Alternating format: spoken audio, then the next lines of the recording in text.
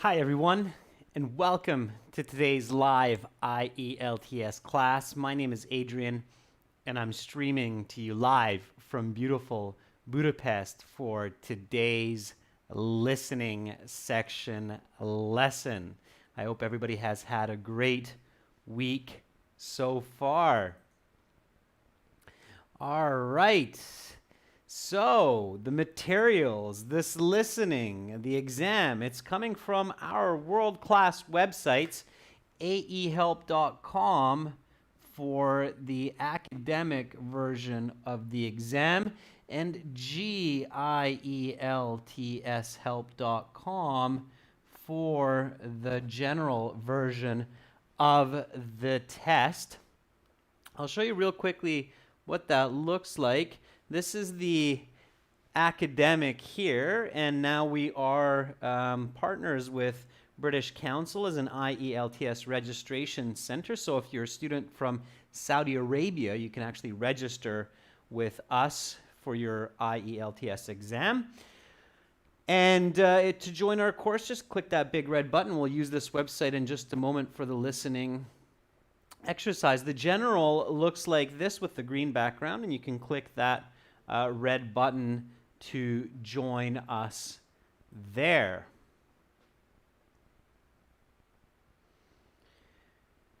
Students, if you haven't yet, definitely download our app, Academic IELTS Help. Look for our logo. Our app integrates with our website so you can learn the exam from either or, on the go or at home.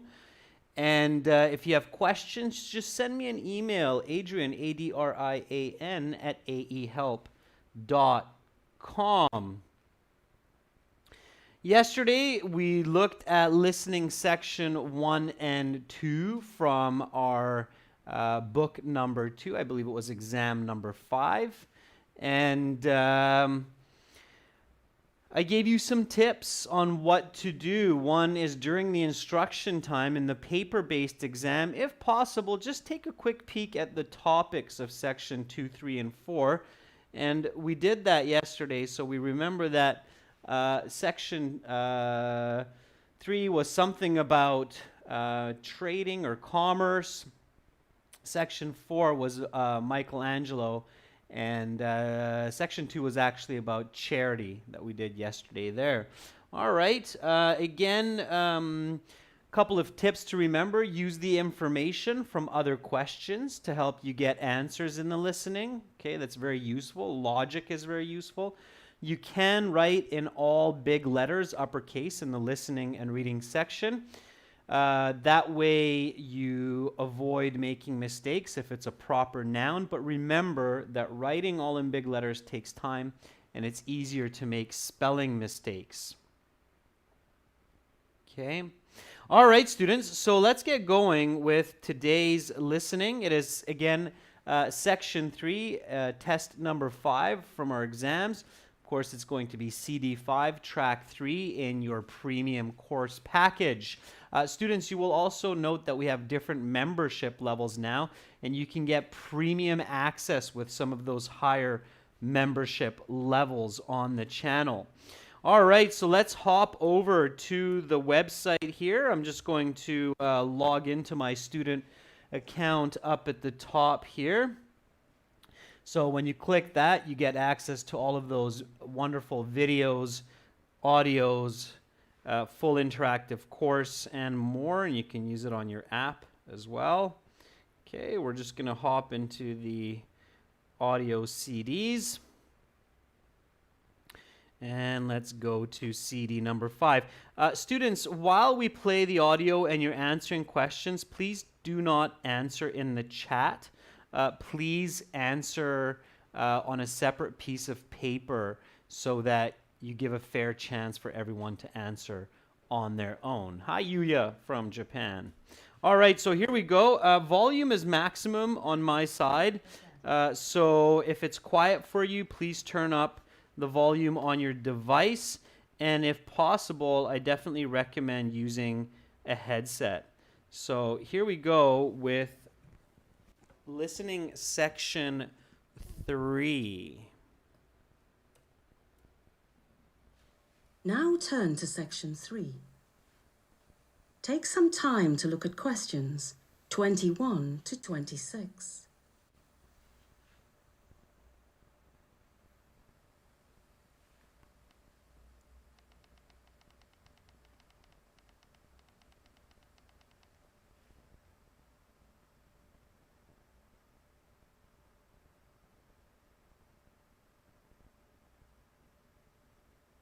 Listening, section 3. You will hear a forum discussion between the moderator and 2 contributors, Dr. Rachel Young and Dr. Ronald Sturgeon, both political scientists at the local university, talking about trade between countries. Now listen carefully and answer questions 21 to 26. First of all, I'd like to thank Dr. Young and Dr. Sturgeon for taking the time to spend this afternoon with us. Thank you for having us here today. Dr. Young, could you give us a little background on the topic of free trade and protectionism, a little history? Well, countries and nation-states have been participating in free trade schemes for millennia. The ancient Egyptians, for example, participated in trade with the Arabians across the Red Sea over 3,000 years ago. The Roman Empire imported many goods from outside their lands, especially luxury goods such as silk, which were only available in China. Free trade, however, though, has much younger roots. Could you define free trade and protectionism for us, Dr. Sturgeon? Free trade is trade between countries without taxes, tariffs, or other regulations attached. Without a free trade agreement, nations charge taxes or tariffs on goods that are imported to their country. This is to protect the manufacturers within their country. If country A, for example, produces a product for a 20% higher cost than country B, country A is likely to impose a tariff on the importation of country B's cheaper product into country A. This is to level the playing field for domestic manufacturers. Free trade advocates want to take down this barrier. In my opinion, advocates of free trade do not care about domestic manufacturers and workers in their own country. I believe their only intention is to maximize profit for big international businesses. I know Dr. Sturgeon is impassioned about protectionism, but what he fails to mention is that while free trade may lead to some lost jobs in certain sectors, it leads to many other jobs in other sectors. This may be cold comfort to those in, say, manufacturing or textiles, but we must not be blind to the needs of the many and be distracted by the needs of the few. Nobody says free trade between countries is perfect, but it is certainly better than a protectionist framework which costs the country jobs and prosperity. Another point I would like to make is that free trade increases competition and thus lowers the price of many goods. This saves consumers money. Purchasing a car, for example, is much cheaper under free trade agreements. While such agreements may appear undesirable for a British company such as Land Rover, since they are given price disadvantage within the United Kingdom, this is not the whole story. While it is true that the company is at a minor disadvantage within their home country, free trade agreements puts them in an equally advantageous position in other countries in which the UK has a free trade agreement. You now have some time to look at questions 27 to 30.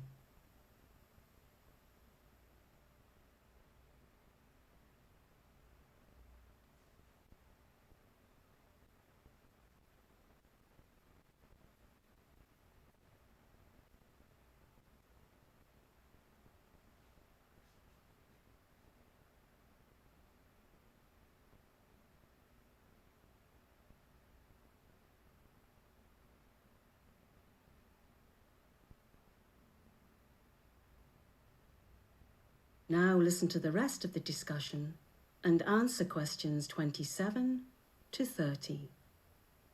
This is a very interesting discussion. Dr. Sturgeon, from reading some of your work, I know you have some ethical concerns about free trade. Yes, I have a number of ethical concerns. First and foremost, free trade agreements incentivize highly unethical sweatshops. When countries such as the United Kingdom enter free trade agreements with countries with lower human rights standards, we put ourselves at risk of tacitly endorsing those low human rights standards. Is the ability to wear slightly cheaper clothing really worth selling out on one of our most basic beliefs, that people should be treated with respect? I agree with Dr. Sturgeon that human rights is an ongoing issue in free trade. Certain incidents, such as sweatshops collapsing and killing dozens of workers, have highlighted this issue in the media and public discourse, but these are isolated incidents. Hardly. These are not isolated at all. And even if such horrible incidents were rare, does it make the conditions those workers work in permissible? Do we excuse horrible working conditions as long as the workers don't die? That's an incredibly low bar, and one I believe we must implore companies and governments to raise. Okay, let's move on. Dr. Young, do you believe free trade betters the life of the average British citizen?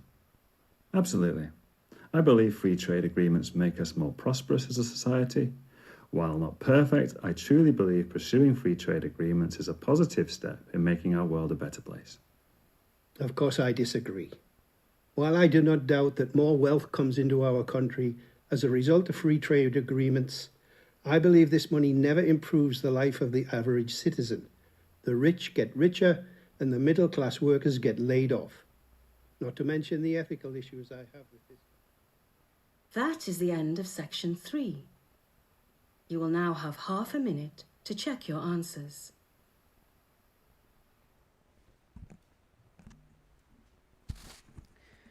Okay, students, and as I have mentioned on many occasions before, always use that half minute to check your answers and catch silly mistakes. Use the time to look at questions in the next section for that. Okay, let's go through the answers together now for this section 3. All right, here we go. And yes, Neda, yes, this is live. Question number 1. How long ago was the first record of trade between nations? So this is simply just one word, okay, or a number. 3,000, yeah. Amina, be very careful. It's not over 3,000. The instructions are one word, okay? One word or number here, so it's just 3,000 years, okay? Years is given, so all you need is the number 3,000. So Prajakta, Amina, Leen, Yakub, Shanghung, Zainab, good job on that. All right, let's go to the next set of questions, which is a flow chart. All right, again, students, pay careful attention to these instructions. Don't lose silly marks, especially when you have the right answer. Okay, so here it's no more than 2 words and or a number. Okay, so here for this type of question, you had to wait a little bit. It took a few seconds, about 10-15 seconds to hear the first answer. The trick is to focus on parts of the question that are going to be the same in the audio as what you see here, that are not going to be paraphrased. So in sections 3 and 4, you have to be patient a little bit sometimes with the answers, okay? Sometimes you'll have 1 or 2 answers come very quickly within 10 seconds, but then you have to wait another 15, maybe even 20 seconds to hear the next question, okay? So patience is important. So here, country A produces a product for a 20% higher cost than country B. Then, for this arrow, think about words like then, after that, following. Okay? So in the flowchart, you see an arrow, but in the audio, you'll hear the speaker say a connecting word like that. All right? So a company in country A imports the product. If the country does not have a free trade agreement, the company must pay. And I saw a couple of nice answers there. Danish says a tariff. Monica says tariff. Pachu says tariff. Kyberjan, yeah, you're right. Tariff, it's a tax, right? So a tariff. Spelling, of course, has to be correct with the double F. Okay. This is to level the playing field for who? So this is obviously for someone. Who is it leveling the playing field for? What was the answer there? Not cheaper products, Pranav. Danish says it's for domestic manufacturers. Yeah, and here you had to have both words. So Monica is agreeing that it's domestic manufacturer. Plural is quite important here for the grammar. Samir, it's nice that you caught the S there. So domestic means local. Manufacturers means producers.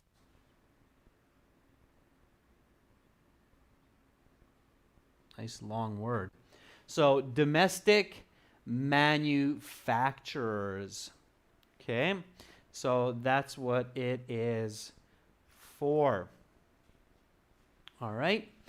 Those of you who got it, good. Lean, just be careful with the word manufacturers, E-R-S at the end. Okay.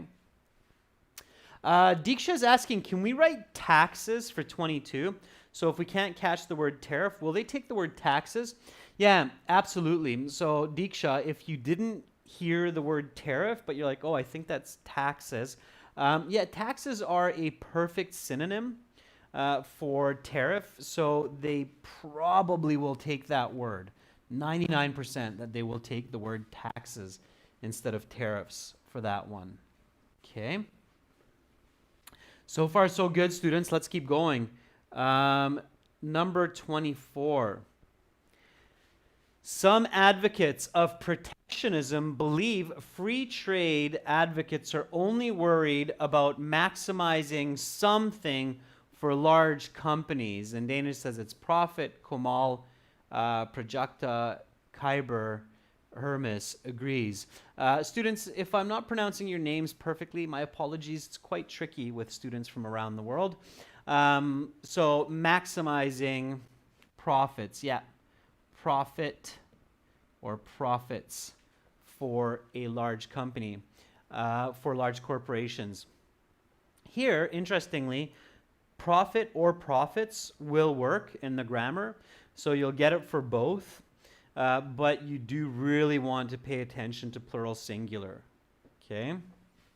Some lucky cases like this one, both plural and singular will work. All right, 25 to 26. These were the last couple questions before your break to look at the remainder. So write no more than 3 words and or a number for each answer. Some people will lose their jobs under free trade agreements, but we must emphasize the needs of the something and not be sidetracked by the needs of the. Okay? So Amina says it's many and few. Khyber agrees many and few. Okay. Yep. And for this one, notice how it's one blank. So a common mistake is that students sometimes will do this. This is their answer sheet. Okay. And what they'll do is they'll go like this.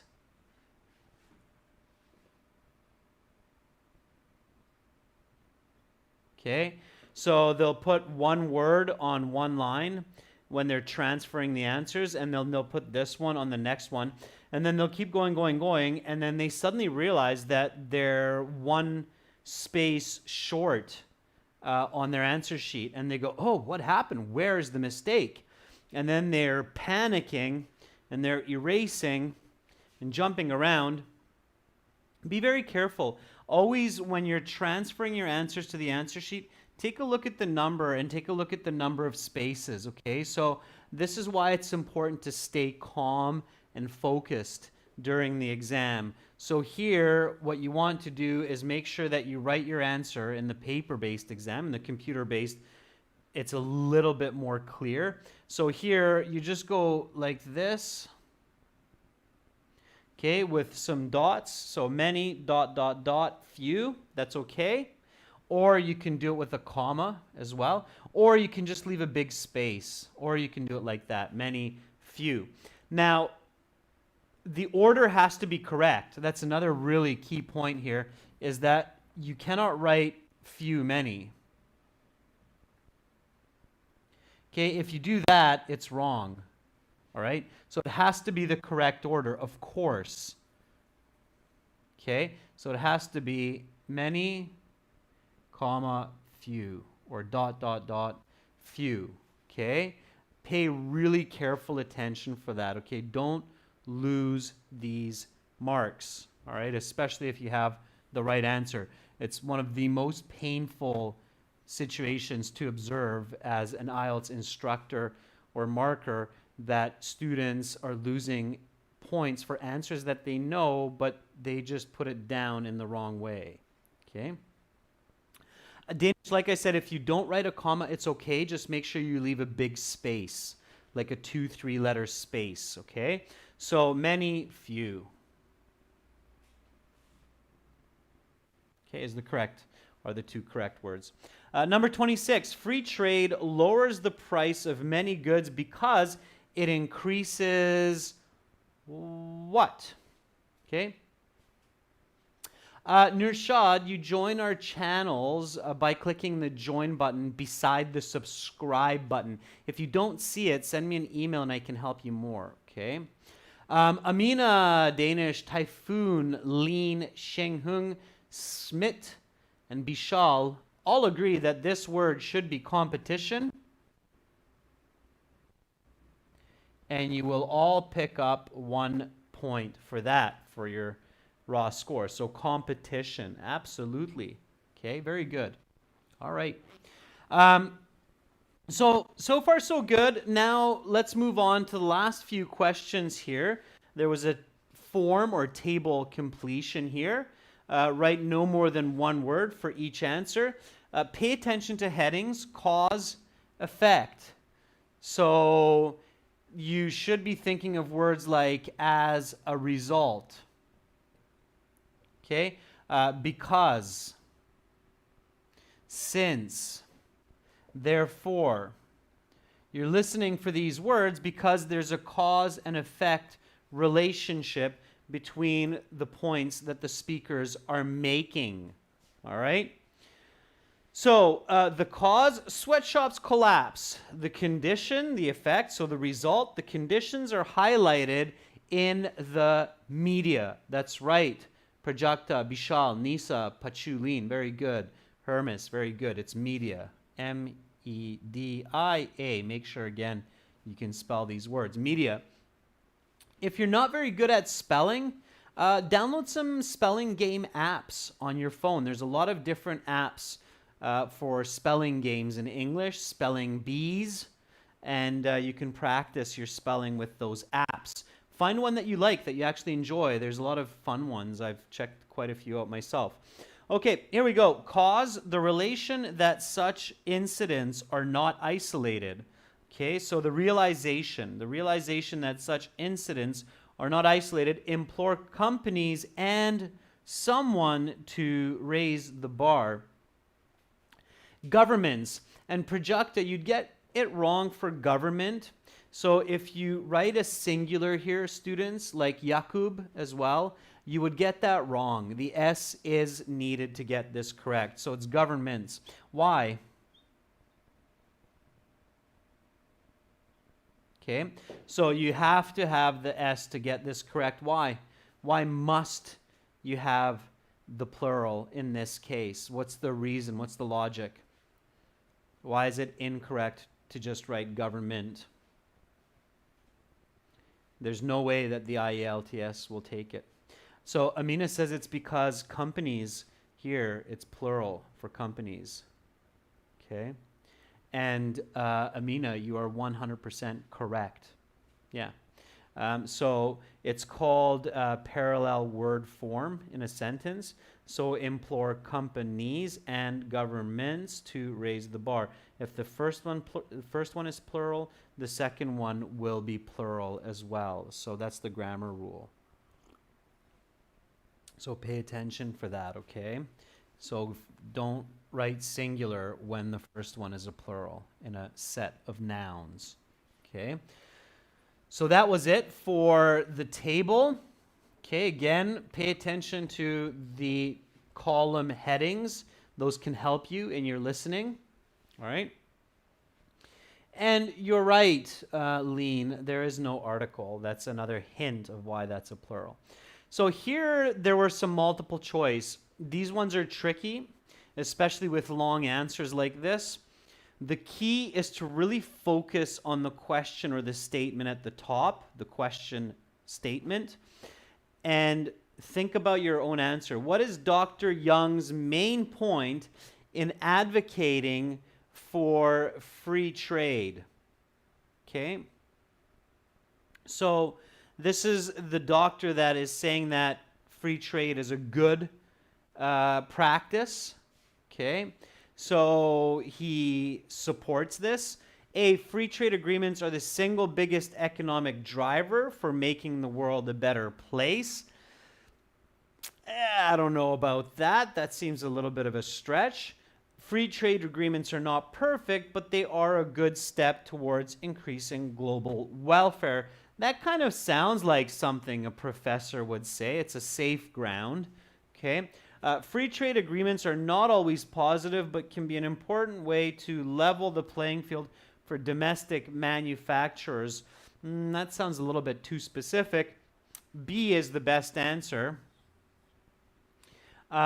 He says this. So he says, well, although it's not perfect, they're pretty good for helping people live better lives. Now, if you didn't catch it, and I said this yesterday as well, so with these challenging questions that are looking for those Band 8, Band 9 students, if you can't get that this was a B, not an A, not a C, what should you do? So what should you do when you're practicing at home, when you're studying at home? What should you do if you're like, ooh, that was a tough one. I really don't know what was going on there. So what is your next step? What should you do? Pranav says repeat it. Carolina says use some critical thinking. Those are all good pieces of advice. So Pranav, yeah, absolutely. Try to listen again. See if you can catch it the second time. If not, then go to the script, as Shang Hung is saying. See the transcript. Carolina also, that's a good approach. Use some critical thinking. Absolutely. So here, the script, we mean the transcript at the back of the book. And that we will find, I believe, around page 140 for us.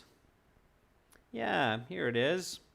So there you go. There's the transcript. So here we see the answer for question number 21.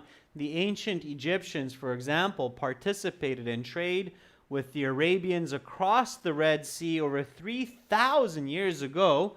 So let's keep rolling down and look for question 29. There it is. So Dr. Young says, absolutely.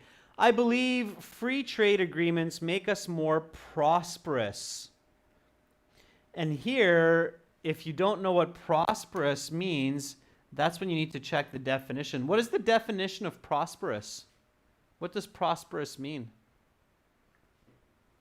And then we keep going. While not perfect, I truly believe pursuing free trade agreements is a positive step in making our world a better place. Prosperous, yeah, kind of means wealthier or having more money. It means living in abundance, living well. So living in abundance. Living in abundance, abundance means you have a lot of the needs of life. So you have lots of food, lots of clothes, you have extra. Okay? It doesn't necessarily mean rich, prosperous. It just means that you don't need. So you're not in a position where you lack resources like money and food. Okay? All right. Let's jump back to the listening. I think it's around page 49. Yeah. So number 30, last question here. Okay. What is Dr. Sturgeon's main point in advocating for protectionism? Now, protectionism is clearly the opposite of free trade. So Dr. Sturgeon is arguing for protectionism. So he says countries need to protect their societies. They can't just freely trade. He says that overall wealth is increased in society. Middle class jobs are the foundation of an economy. Or free trade agreements are bad because they concentrate wealth in the hands of the elite few. Which one is it? Yeah, very good. A lot of you got that. So he said we need protectionism because it diversifies money, so it spreads money out. Free trade concentrates money in the hands of a few. So that's what he says. So C is the correct answer. So in your answer sheet, you just put the big letter C and you get that correct. Okay, good job, students. So far, so good. Count up your score for section 3. Add it to yesterday's scores if you were in yesterday's class. Okay. Hermes, 9 out of 10 is really good for section 3. All right. Anything above 6 for section 3, section 4 is excellent. Okay. So Smaug, 10 out of 10 is fantastic. Nisa, 9 out of 10 is absolutely fantastic. So anything above 6 for section 3 and 4 is great. All right. Now we are on to section 4. Again, we're hopping back into our website. It's just really bright for you, but I'll show you what's going on here. There you can actually see in the website all of the audio files. There's, I don't even know, like 50 or 60 audio files for reading, listening, speaking, 6 full practice exams, and lots, and that's just the audio. So if you want to get some great materials, definitely join our premium website. Okay, let's do this. Again, I'm using my headset, so turn up the volume if it's quiet for you, all right? Use a headset if it's quiet for you. I'm max volume on my side. Here we go with section 4. Please write your answers separately, not in the chat. Give everybody a chance to answer. Do not write your answers in the chat. Here we go with section 4. Battery, 50%. Take some time to look at questions 31 to 40.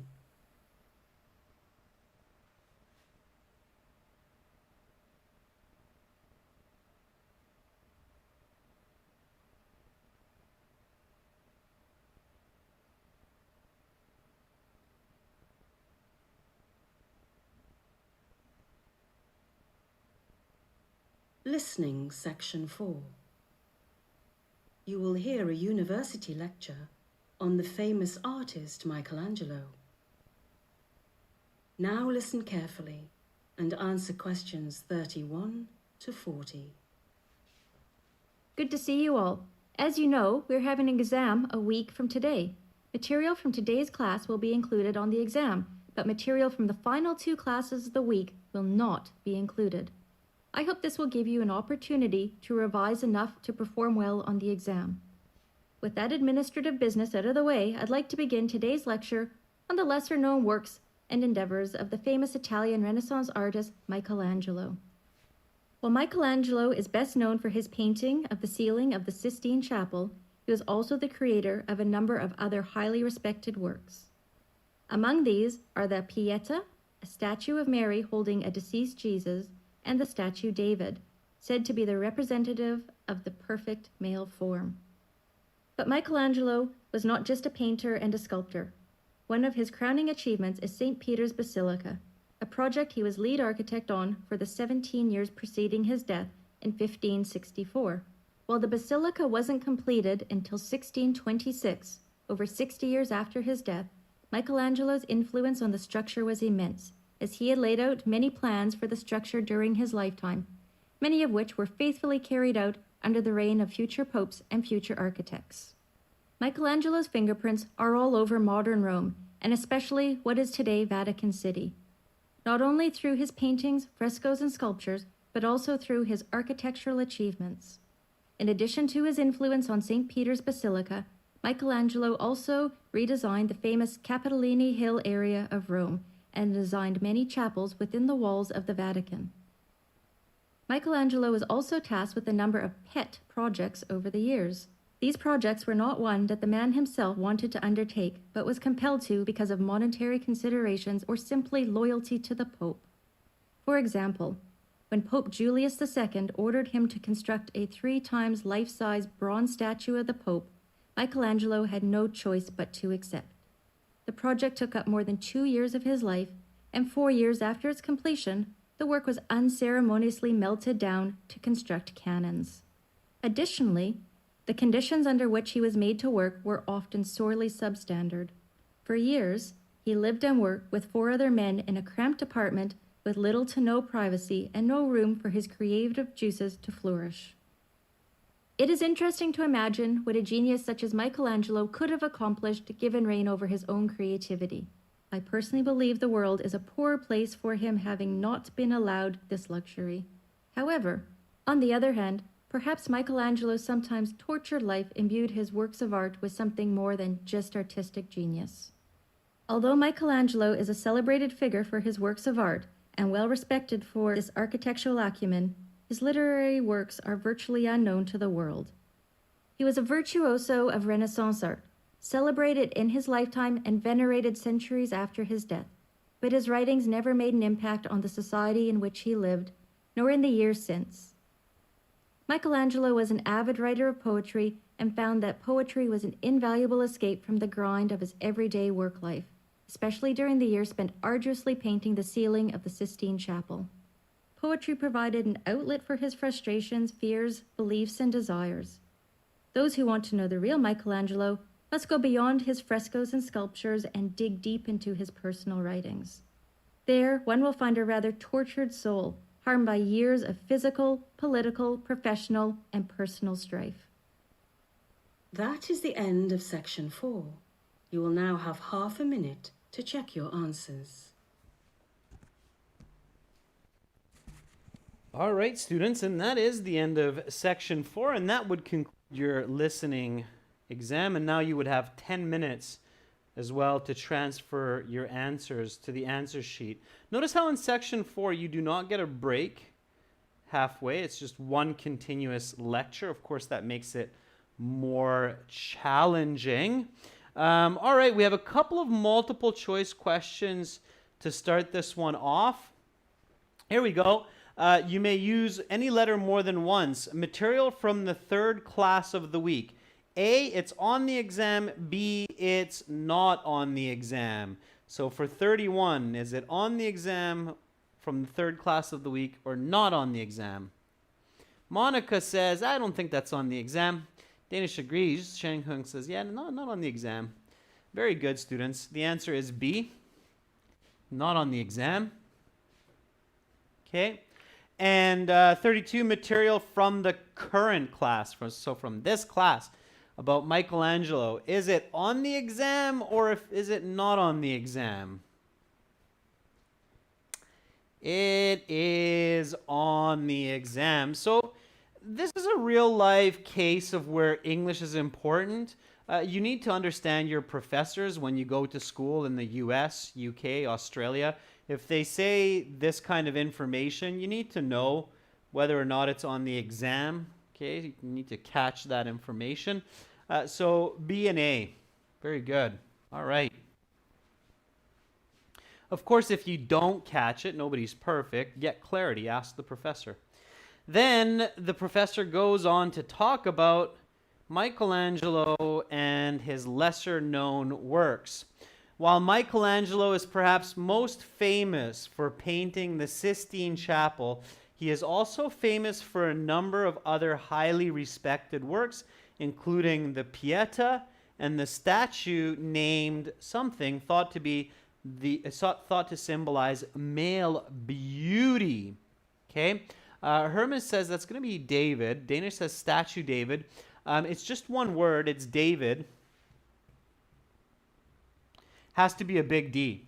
Small d, you get it wrong. Okay, must be a big capital D. It's the name. It's a name. David is a name, so has to be big D. So David, yes. Pay attention to the headings when you have a summary like this. So architectural achievements. So here we're talking about buildings, architectural achievements. Far more than just a painter, Michelangelo was also an architect. He was lead architect on St. Peter's Basilica for how many years before his death in 1564? So Hermes says, I think that was 17 years. And Hermes, you're correct. It was 17 years. Okay. If your sevens look like ones, make sure to do a strike through like that so it's a clear 7. Okay. Though the structure was not completed until 60 years after his death, his fingerprints are all over the resulting structure because future, again, it's 2 words, so something and something. Popes and architects, says Hermes. And Hermes, you're right. Again, very good. Nice listening. Now, again, it's plural, so there's an S there. So it's popes and architects. Plural, plural. Exactly what we said in section 3. Okay? So plural and plural matching. All right? You do not need to include the word and on your answer sheet because it's given. Okay, so just write the word popes, comma, architects. If you write architects and popes, in this case, you will get it correct because the order doesn't matter for this one. Okay, so if you write architects and popes or popes and architects, it's okay. You just need to have those 2 words, popes, architects. Faithfully carried out his designs. Michelangelo's influence is also apparent around the rest of the city of... What city? What city are we in here? What is this major city in Italy that the professor is discussing in this? It's not the Vatican City in this case. Because of this, including at the ancient Capitoline Hill site. So the Capitoline Hill site is not in the Vatican City. So the correct word here is Rome. It was a little bit tricky, easy to think, oh, maybe it's the Vatican City because St. Peter's Basilica is in the Vatican City, which is the city within the city of Rome. I know that's a confusing one. But here, Capitoline Hill is not in the Vatican City, but it is in Rome. Okay? So Rome was the correct answer. All right? Rome. Little bit of a tricky one. All right. Servant of the papacy. He was also a loyal servant of the Pope. Sometimes this was important work, though sometimes it was rather pointless. He once built something of the Pope. What did he build of the Pope? That was kind of pointless and was melted down for cannon parts just a few years later.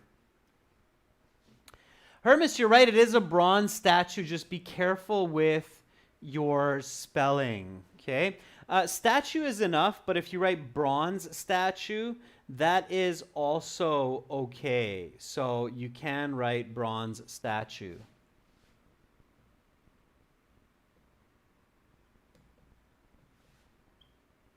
Okay, bronze statue. All right? It's ZE on bronze, Hermes, not a CE.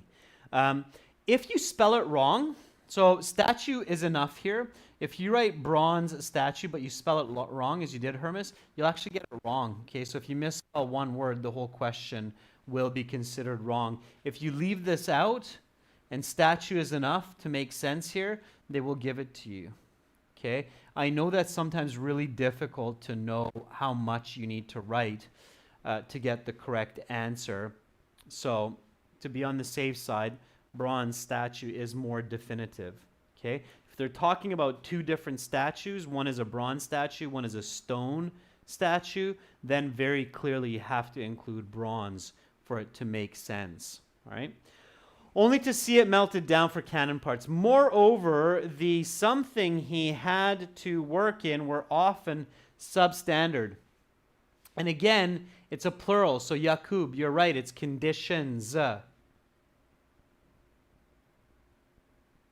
Okay, with an S, conditions. All right, very good. Okay, couple more left to go here. Literary works. So literary means books, means writing, authorship. It is interesting to think that what he could have made if he was given the freedom to explore his own something, explore his own what for that one? Yeah, it's creativity. Very good, Hermes in Danish. Creativity. While his life may have been difficult, some people argue that this difficulty made him a better artist. Number 40, yeah, absolutely. Okay, number 40, something was an important way to escape the difficulties of Michelangelo's life. Though his writings never made much of an artistic impact, they do offer a window into his tortured genius. That one is poetry, and Smit Guhel is taking the safe ground and writing all capitals because this is the first word in a sentence, so it's smart to put a big P. You probably get it even if you put a small p, but to be on the safe side, a big P there is a good idea. Okay, poetry. All right, students, count up your marks, and I think many of you were in yesterday's class also, so count up your total from 40, and let's check your band score. On our websites, you have a band score calculator. So I'm going to hop back here to our websites. I know it's bright, so I'm going to darken it up a bit. You'll only see my silhouette. Okay, so count up your total score. If you go on our website and you go to the bottom, you'll actually see a score calculator. You have the score calculator in your app also. So if you have the academic IELTS app, then you have a score calculator there also. So there's a section here you'll see for listening out of 40 and academic reading. Academic reading in general are different. So if you're looking for general, check us out at gieltshelp.com. Listening out of 40, okay, what did you actually get? So Carolina Asanio says 27 out of 40 for the listening. So Carolina, will get you your band score here. So Carolina, 27 would be a band score of 6.5. And hey, that's not bad, Carolina. That means you're a fluent user of English. Okay, so it's not bad at all. Pranav says 26. Yeah, and Pranav, 26 is still 6.5 indeed. Yeah. If you want a 7, Pranav, I think, where does it start? 330, yeah. Yeah, so Pranav, you need to work a little bit harder. You need to try to get 4 more points. So you need to check where did you lose those? How can you make up those other 4 points? Hermes, 38 out of 40 is a fantastic score. I can tell you right away that that's an 8.5. Okay, 38. 38 is an 8.5, and I know that because the only way to get 9 on the listening is either 39 out of 40 or a perfect score. So you need either a perfect score or you can only get 1 wrong. to get a band 9. Remember, students, band 9 means an expert user of the language. We're talking professor level caliber, not a native speaker. Okay?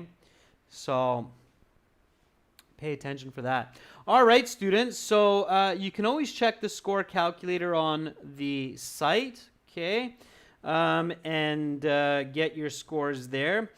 Tomorrow, we're going to be doing, if I'm not mistaken, speaking part 2. So we'll be looking at a cue card. Let me brighten this up for you. I know it's terribly dark right now. So, yeah, there I am. Hi. So we'll be doing speaking part 2 cue card tomorrow. Make sure to tune in for that. Students, to get some of the best IELTS help in the world, and we're always adding new materials, new videos, new lessons. We'll be adding some new exams as well.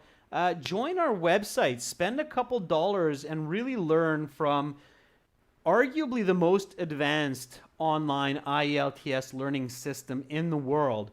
Go to aehelp.com, join the full course, join the premium course. You can do that many ways now. You can join on the website. You can join on the app, Academic IELTS Help. And now you can even join us through the YouTube channel, through the perks. So you can go on the perks, look at the premium package, the premium plus package, and you can even get access that way. So lots of ways to gain access to our premium materials. And for all of our hard work, British Council is starting to recognize us as well, and they've asked us to be registration partners with them. So we are, in fact, now registration partners, and if you're in Saudi Arabia, we can register you for your exams, and very soon for other parts of the world also. That's it for me for today. Hopefully I will see all of you tomorrow. Thank you for joining. I hope you have a great rest of your day. Sweet dreams if it's late in your country. Much love to all of you. Believe in yourselves. You're beautiful, brilliant people. Bye for now.